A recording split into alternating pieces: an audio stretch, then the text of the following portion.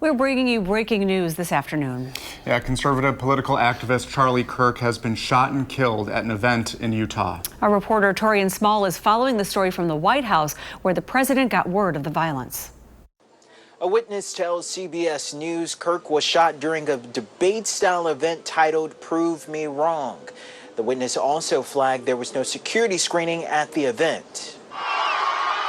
It happened in broad daylight at an event at Utah Valley University. As Charlie Kirk addressed the crowd, a shot was fired. All of a sudden, I hear up top, I just saw him grab, it looked like his neck, and there's just blood pouring out everywhere, and his eyes kind of rolled back. A university spokesperson says a suspect is in custody. Kirk was rushed from the premises to the hospital.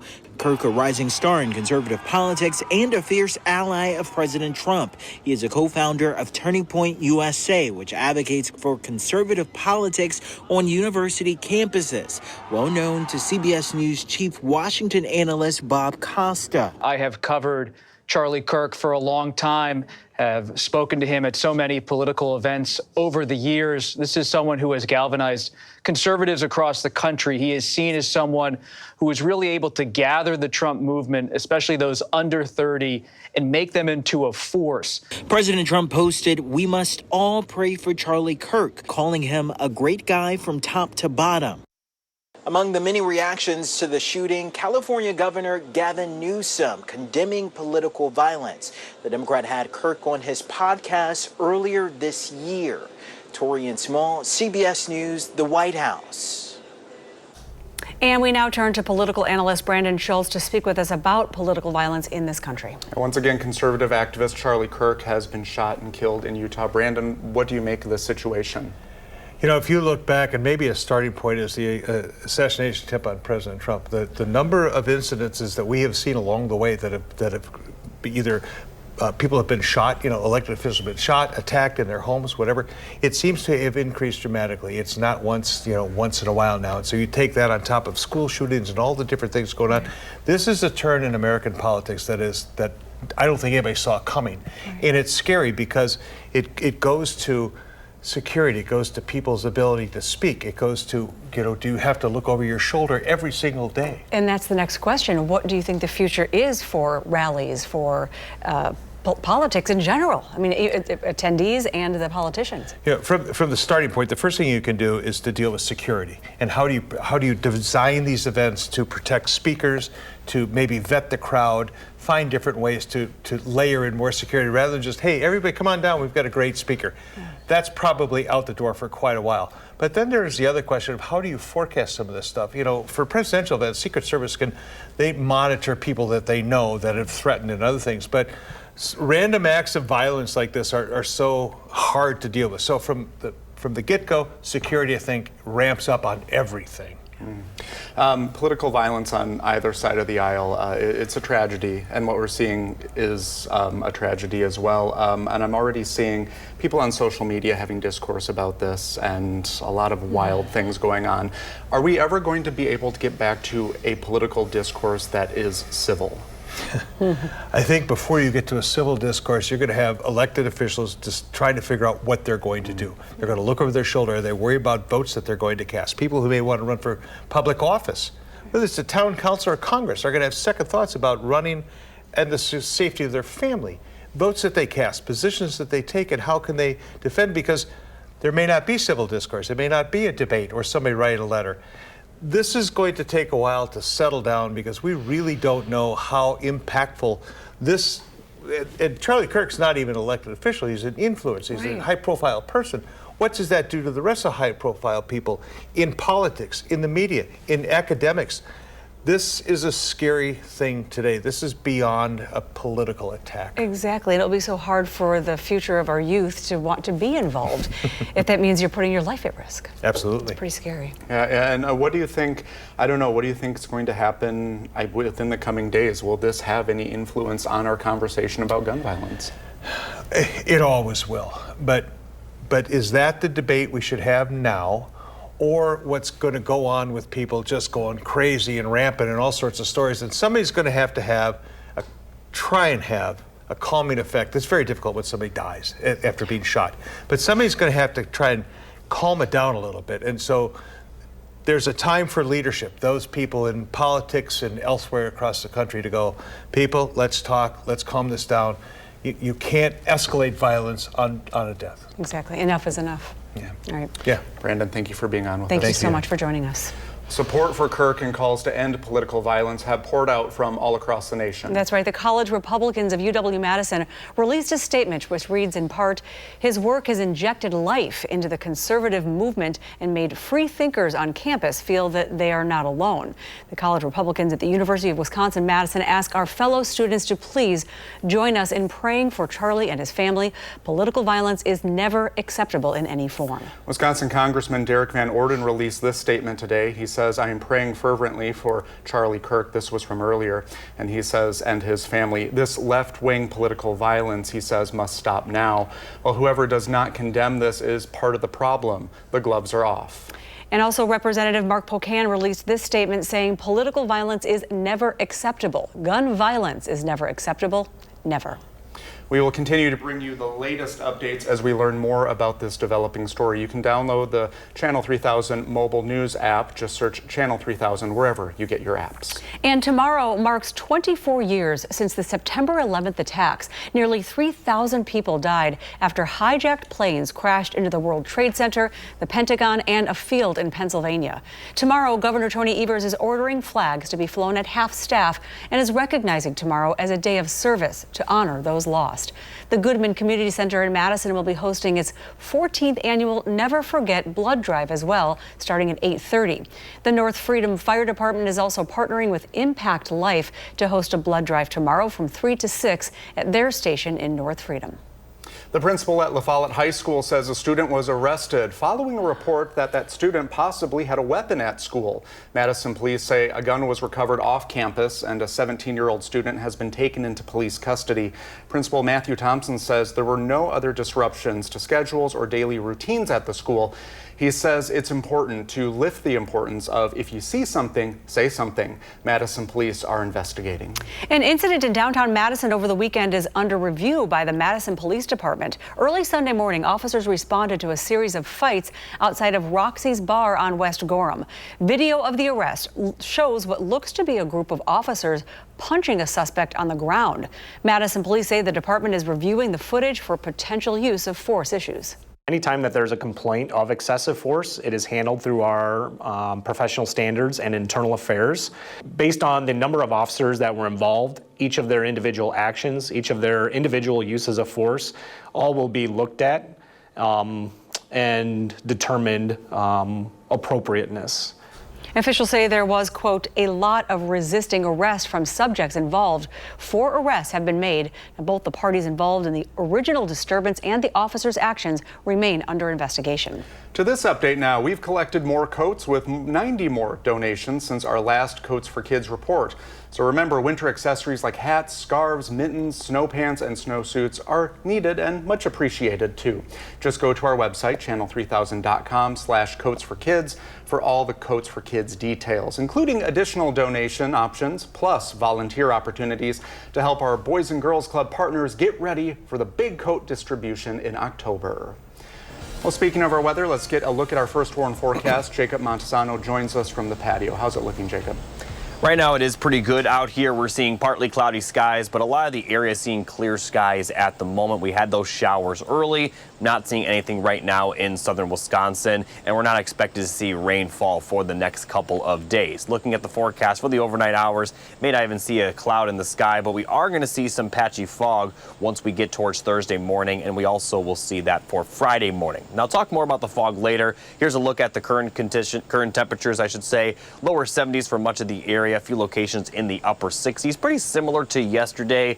High temperature yesterday was 76. I expect us to stay a little bit below that, but overall conditions this afternoon, once that rain cleared out, pretty similar to what we saw for yesterday. And throughout the evening, it's going to be very nice. Lower 70s, upper 60s, continuing to see partly cloudy skies. And then looking at the overnight forecast, clear skies with the exception of the fog, maybe a few clouds here and there, but for the most part, we'll see clear skies until that fog rolls in, where we are going to see temperatures dropping into the middle 50s, very close to normal for this time of the year. But tomorrow, it'll be noticeably warmer. Upper 70s are in the forecast. forecast, and that will lead to some 80s for the weekend. I'll talk more detail about that coming up a bit later.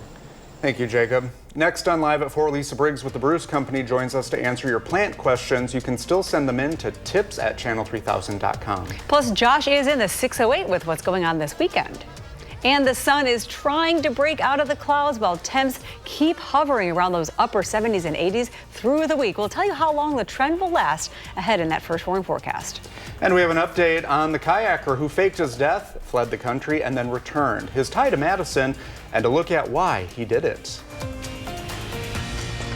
You're watching News 3 Now, live at 4, moving forward. May only be Wednesday, but we're already looking ahead to the weekend in the 608 today. It's a good thing to know. Josh Spreiter is helping us plan ahead for all of the festivals for the family.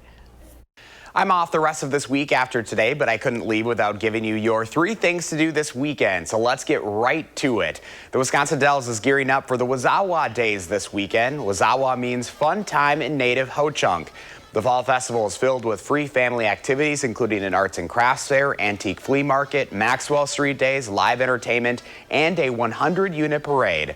Wazawa Days happens every year the second weekend after Labor Day. The event runs Friday to Sunday. Also happening all weekend long, Walktoberfest returns to Wanakee with plenty of food, beer, and fun. This will be their 21st annual German celebration. There are events happening for the whole family Thursday through Sunday across the village. And last but not least, the 5th Annual Monarch Festival is happening on Saturday in Oregon. This event runs from 9 to noon at the outdoor classroom between Netherwood Knoll and Prairie View Elementary Schools. There will be hands-on activities for the whole family, including crafts and a scavenger hunt. Organizers say this is a great way to learn about pollinators and why they are so important. For more happenings this weekend in the 608, just go to channel3000.com. In the 608, I'm Josh Spreiter, News 3 Now. Lots of fun. Thank you, Josh. Well, some mild and warm weather continues for all these activities. We have Jacob Montesano with a look at your first warn forecast. Thanks, guys. As we take a look at the 3 things you need to know, we are going to see some patchy fog tonight, but the big story is that we're going to see highs in the 80s by the weekend and not much rain in the forecast either. We have a small chance of some storms over the weekend, but much of the weekend should be pretty dry.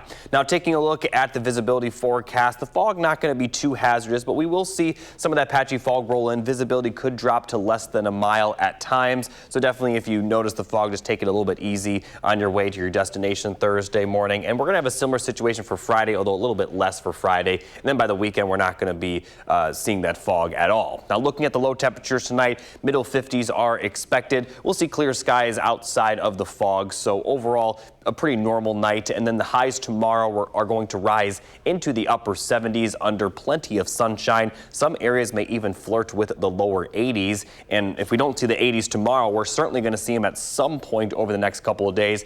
Friday, it looks like we'll get easily into the 80s. 84 is the forecasted high with more sunshine. And over the weekend, we're going to continue to see very warm temperatures. Now, both days will feature a small chance of storms, but I do expect most of the day, if not the entire day, will feature dry weather. And we're certainly going to see those warm temperatures, middle 80s both days. A little bit more cloud cover Saturday, but it's going to be very summer-like, especially compared to how last weekend we had high temperatures in the lower 60s. Certainly going to be a lot warmer than that. Now, I'm looking at the rain chances again, starting Friday night, continuing throughout the weekend. We'll have a very small chance of rain, but we're not going to see anything too widespread. Although we could see maybe an isolated storm or two that could produce heavy rain, most of the rain shouldn't be too heavy. So overall, the weekend forecast looking pretty dry. And before we show you the full 10-day forecast, here's a look at the Packers forecast up in Green Bay. Going to be pretty similar to what we're going to see here in Madison Thursday night. Clear skies, 60s throughout the game. Definitely bring a light jacket, but in general, great football weather. And if you like the warm temperatures, it's going to be a great weather in general over the next several days. Not going to see much rainfall. Plenty of highs in the 80s, and that includes after the weekend through most of next week. And then by the end of next week, we may start to see those temperatures cool down and the rain return. But obviously, a lot can change between now and then. All right, coming up on Live at 4, we'll have an update on the Brewers' third game against the Texas Rangers. You're watching News 3 Now, live at 4. It's a local story that gripped the country. A Wisconsin man believed to have drowned actually faked his own death. Investigators searched for Ryan Borgward for more than a month before he resurfaced. Now we're getting more details about how and why he planned to disappear. Hannah Hilliard has the story. From his final text exchange with his wife to the first dispatch call. He was on a kayak. Oh. And she woke up and he's not home and she can't get a hold of him. Oh dear. 12 News obtaining critical evidence used to crack an international case that started in Green Lake. The tourist town known mostly to lake enthusiasts, now part of a global spectacle. Body camera footage time-stamped August 2024 showing the moment investigators found Ryan Borgward's car and his overturned kayak in Green Lake. First believed to be a drowning, but a deep dive into his laptop revealed he was alive. Ryan, I beg you, give me a call. The sheriff's office turning to an all-out blitz, video messages and emails to the European girlfriend with the subject, "Call us, very important." It worked. I'm in my apartment. I am safe, secure, no problem. Borgward sending proof of his flight back to the United States. All that leading up to this. Kelsey? A 3-hour interview with detectives. Countless times I said, why am I doing this? But I kept going. Where he detailed his late-night kayak ride and elaborate plan. And then at some point I decided to do it, so tossed the phone further to the north from where I was. Inflated the boat. He says he used an inflatable boat to get to shore, rode an e-bike to Madison, took a Greyhound to the Canadian border, where he met with agents suspicious he showed up with a dead phone and no license. I think he started to wonder if I was trying to run away from something, because he started to ask questions like, are you married? Is everything okay? Borgward eventually making his way to Georgia in Eastern Europe, staying there until... Got an email, and my heart fell through the floor. That email exchange between Borgward and detectives lasted a month before he returned home to face the consequences. Everybody's a little bit perplexed as to why you took this path. Guess it. In the end, it came down to the feeling of failure in about every aspect of your life.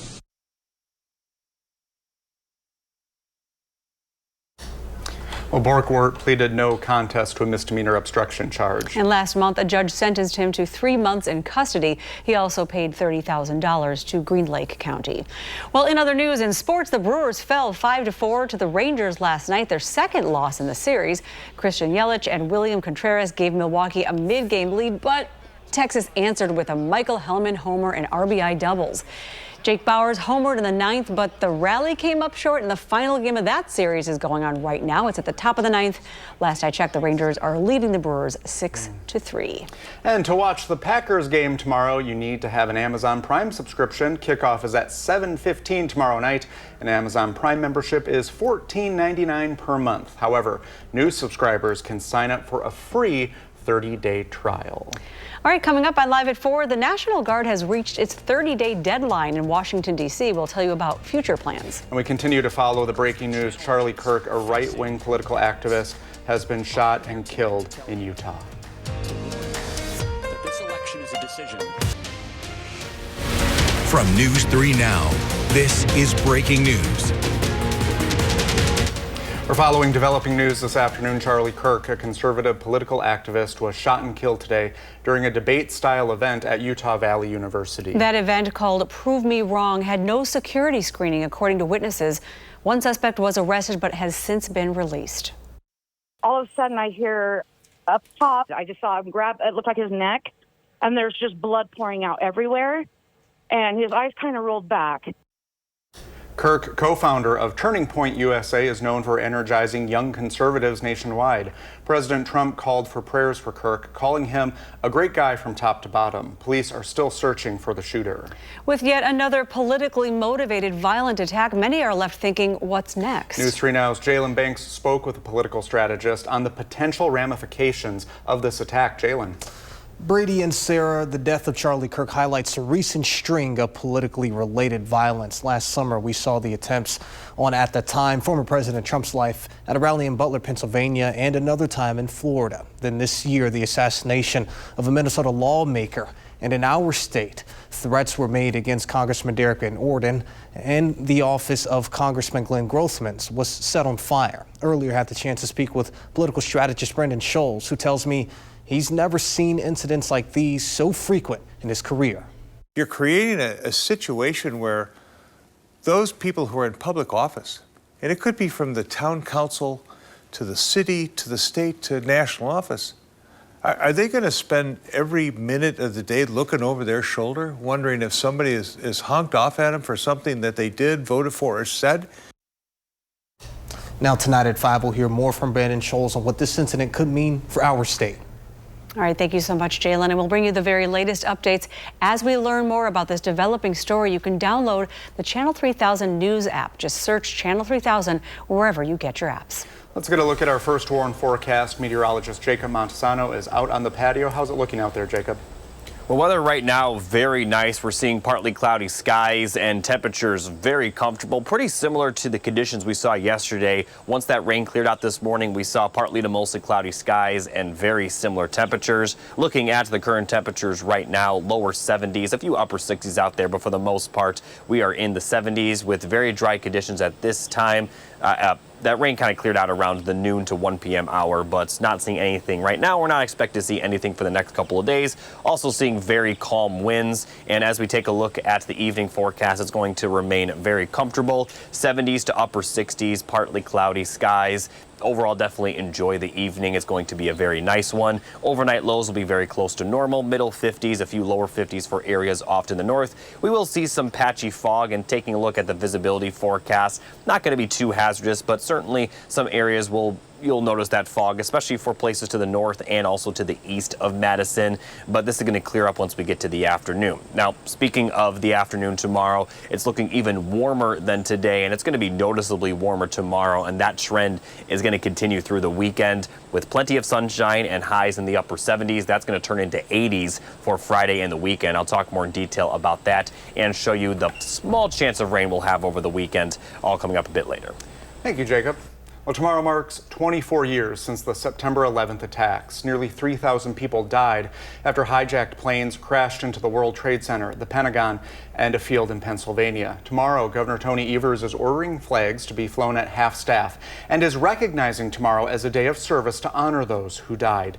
The Goodman Community Center will be hosting its 14th annual Never Forget Blood Drive starting at 8:30. The North Freedom Fire Department is partnering with Impact Life to also host a blood drive tomorrow from 3 to 6 at their station in North Freedom. Flags in Wisconsin are flying at half-staff today in honor of U.S. Army Private First Class Leon Karwacki. Karwacki from Milwaukee was killed in action in 1944 during World War II near Stolberg, Germany. He was 27 at the time. His remains, though, were recently identified and returned to Wisconsin after nearly 80 years. Karwacki earned the Bronze Star and Purple Heart for his service, and he's being laid to rest with full military honors today in Milwaukee. With the return of football season comes the return of U.S. Senator Tammy Baldwin's Go Pack Go Act. The goal of the act is to make sure all Wisconsinites can watch the Green Bay Packers. Our Ellie LaLiberte spoke with Senator Baldwin about the proposal. Well, Brady and Sarah, the Go Pack Go Act looks to change media markets, which determine things like news and sports programming. You can see a map of these markets here. Now, there are 13 Wisconsin counties assigned to out-of-state markets like in Minnesota or Michigan. So that means if the Lions or Vikings are playing at the same time as the Packers, people in those 13 counties won't see the green and gold. But if passed, this legislation gives those people the chance to choose between the out-of-state market they're assigned to or Wisconsin media. This will not only address our ability to see our beloved Packers, but it also means you get access to local news and local content about things going on in your own community rather than someplace in another state. Now, Baldwin has introduced a version of this bill the last 5 sessions of Congress, but it has never passed. This year, she says, however, it has bipartisan support. Thank you, Ellie. President Donald Trump's 30-day emergency declaration in Washington, D.C. is set to expire today, ending his temporary control over the city's police. The federal law enforcement surge, including National Guard troops, is expected to continue under coordination with local officials. Mayor Muriel Bowser signed an executive order requiring ongoing collaboration with federal partners, though some agencies like ICE are excluded. President Trump says similar actions could come to another city soon as part of his anti-crime and immigration efforts. There is still no clear timeline of any action, if any, is planned in Chicago. Well, next on Live at 4, Lisa Briggs with the Bruce Company is here, and she'll be answering all your plant questions. And you can send those to tips@channel3000.com. Plus, the weather is staying nice and warm for us. Jacob joins us with how long this nice weather is going to stick around. And some dramatic video in Racine as a driver crashed into a bus, injuring 11 people. What happened and why the driver shouldn't have been driving. A woman crashed into a Racine City bus, injuring 11 people. And that woman is now facing more than 24 felony charges. We want to warn you, this video may be disturbing to some. Dua Israr reports. These are the screams that rang inside this Racine City bus after 20-year-old Shamaya Anderson crashed into it after hitting a Jeep Wrangler last Wednesday. Surveillance video CBS 58 obtained from inside the bus shows multiple angles of the crash, including the moment the bus driver slams on the brakes and Anderson's car hits the bus. Two other angles show several passengers bumping into each other and at least one passenger falling down. Investigators say 11 people in total were injured. In this criminal complaint, investigators say Anderson was driving near 16th and Murray Street recklessly and at a high rate of speed, swerving in traffic. Anderson is now being charged with 25 felonies and 4 misdemeanors. A previous criminal complaint reveals Anderson was out on a signature bond for a fatal hit-and-run in December that killed 44-year-old Dwayne Carr. Anderson did not have a license in both crashes. And as of right now, it's not clear how this recent crash will impact Anderson's December case. A preliminary hearing is set for tomorrow. Well, let's go look at your first warn forecast. Jacob joins us from the weather. No, he's right here in the studio. A little cooler in here. Yeah, temperatures I feel like are kind of around 70, where there is around 73 outside. But it's going to be in the 80s outside over the weekend, especially in those afternoon hours. And we're not really going to see a lot of rainfall throughout the weekend either. Now, as we take a look at the temperature forecast, it's going to be a pretty normal night, middle 50s for lows, some patchy fog. But tomorrow, it will be noticeably warmer with the sun shining and the warmer temperatures. Highs will be in the upper 70s, possibly some lower 80s out there, especially for those of you to the west and to the south. Now, as we take a look at the temperature trend beyond just tomorrow, they're going to expect it to get into the 80s for Friday and the weekend. And even early next week, we're going to see those high temperatures at least in the lower, or at least in the upper 70, low 80s range. Could see several days in the 80s. By the end of next week, we could see those temperatures begin dropping back to near normal, but certainly going to see the 80s for the next couple of days, and that's going to be on top of the fact that we're not really going to see much rain. Certainly no rain tomorrow. Most of the day Friday should be dry, maybe some light showers and a few isolated storms for Friday night, and the chance of rain may continue into the weekend, but notice it's not widespread at all, not expected to cover our entire area. And although we aren't seeing anything right now in the forecast for Sunday, we still believe there could be a chance of rainfall, but for the most part it is going to be dry. Now, before I show you the 10-day forecast, here's another look at your Packers forecast. Clear skies, very comfortable temperatures. Just bring a light jacket, but it's great football weather.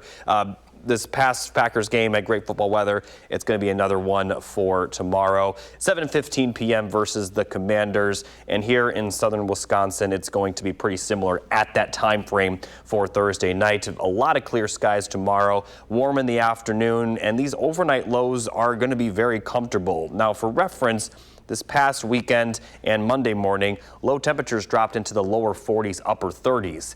The coldest overnight forecast we have over the next 10 days is in the middle 50s. So we're not going to see those temperatures return for quite a while. Now, obviously, they will return at some point. It is September at this time of the year. The temperature on average gets cooler, but it's not going to be the case over the next 10 days. And I do want to mention, obviously, with it being September, although we may see some 80s return again after this stretch, I don't expect us to get all the way up to 86, which is the forecasted high for Saturday. So if you like these summer-like and warm temperatures, definitely take advantage of it, because this may be the warmest air we see until potentially next year. We're taking a live look at Honolulu, Hawaii, where former Hurricane Kiko is passing less than 100 miles from the islands. High surf is about 10 to 15 feet on the eastern-facing shores.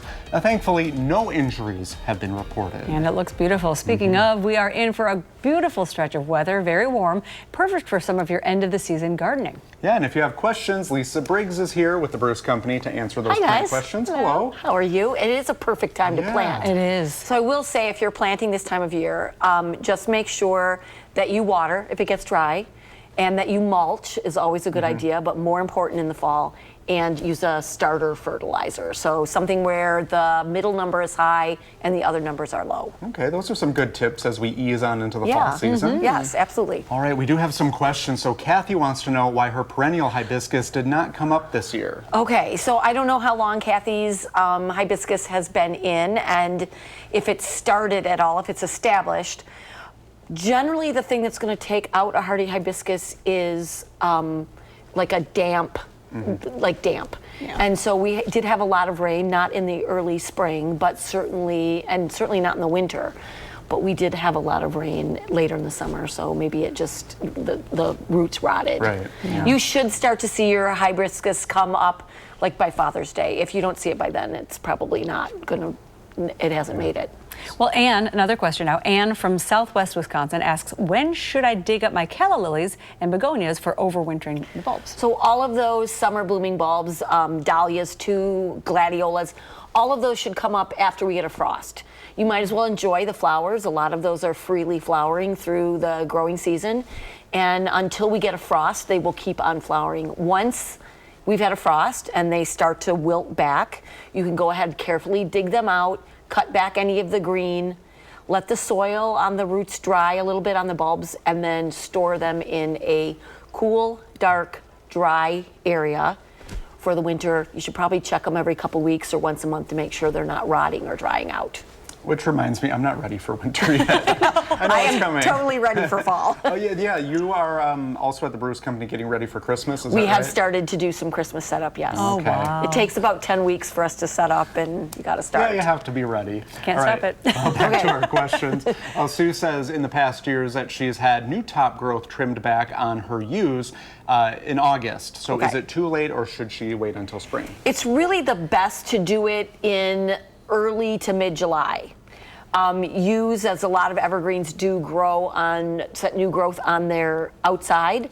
And so if you prune it too late, you're not only opening up wounds for winter injury, but you're removing a lot of the buds for next year. So if she can wait, then go ahead and do that, and it's probably end of June, mid-July when you should take that stuff off if you're doing shearing. Now, if you've got branches or something that are causing a hazard or sticking in your driveway and scratching your car, you can go ahead and take that stuff off at any time. Very good. Well, we do have a little bit more time, so I guess I'll ask a question. Okay. So are you having any fun recipes with all of the gardening that you've done? Any good fall recipes with the vegetables that we have? Well, for me personally, I have a very shady yard, so I don't do a lot of veg myself. I do, though, like to put things up from the farmer's market. Okay. So really simply corn on the cob, but shearing it off and putting in the freezer. I do a lot of buying big things of tomatoes for sauce. Oh, that's handy. I think any of those, if you have herbs and you want to chop them up and do a pesto or something like that, you can put them in an ice tray and then use those cubes to flavor stew and sauce. So you get really bright flavors that way, much better than the dried stuff. And that's good to know. I remember earlier in the season we did a basil planting how-to. Yes. So yeah, pesto for everyone. Pesto for everybody. And I'm starving now too. And not just basil pesto, but mint pesto, all kinds. It just All right. right. It all sounds good, Lisa. Thank you. Thank Thank you for visiting. Well, coming up on Live at 4, you won't believe the movies that are turning 30 and 40 years old this year. They don't look a day over 20, though. What they are and how you can see them, like if you go to a movie theater this fall, you might think that you've traveled back in time to 1995 or even 1985. Oh, those were the good days. Not that I would know. David Daniel reports that some popular movies are celebrating anniversaries with a return to the big screen. You are a child's plaything! You are a sad, strange little man. The original Toy Story is 30 years old. Woody, Buzz, and the gang are returning to theaters for a limited re-release Friday.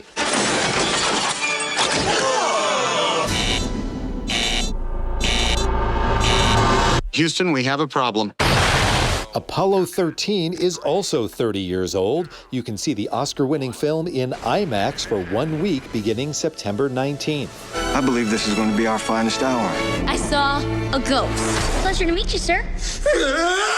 In the mood for something spectral, Casper returns to theaters for its 30th anniversary, October 3rd. All I can remember is the seven of us always together. From 1995 to 85, the Brat Pack classic St. Elmo's Fire marks its 40th anniversary with a 1-week limited re-release beginning October 17th. You're not gonna believe how out of hand it's gonna be. I came here in a time machine that you invented. Right, Scott! Our time travel tour terminates with Back to the Future, which arrives in premium large screen format theaters for a 40th anniversary limited run October 31st. No DeLorean required. Well, we're going, we don't need roads. Out of time in Hollywood, I'm David Daniel. I want to go see all of them again. I know, I have the chills and like tears in my eyes. So many great memories. And it's not the best weekend for movie time. You want to be outside. It's beautiful. I want to be inside. I don't like the warmth. But for those of you that do, this might be the warmest air we see until next year. I mean, once we get towards the end of the 10-day forecast, it's not going to be as warm. And after that, if we get back to 87, that won't be very common. So, or 86 is what the forecast is Saturday is. So definitely enjoy the warmth for those of you that like it, because we may not see the 80s return, at least not this consistently, until we get to next summer, which I know people don't want to talk about yet, but it is September. I'll take it. All right, we'll be right back. Tomorrow on Live at 4, would you know what to do if you saw someone go into sudden cardiac arrest at an outdoor event? A UW-Madison student group is trying to prevent tragedy. We'll show you 2 new AED locations and how to use them to save someone's life. And later on News 3 Now at 5, we continue to follow the shooting and death of conservative activist and host Charlie Kirk. We'll have an update about what happened and local reaction to the violence. Thanks for watching Live at 4 today. We'll see you back here tomorrow. And remember, you can always find us streaming 24/7 on Channel 3000+. News 3 Now at 5 starts right now.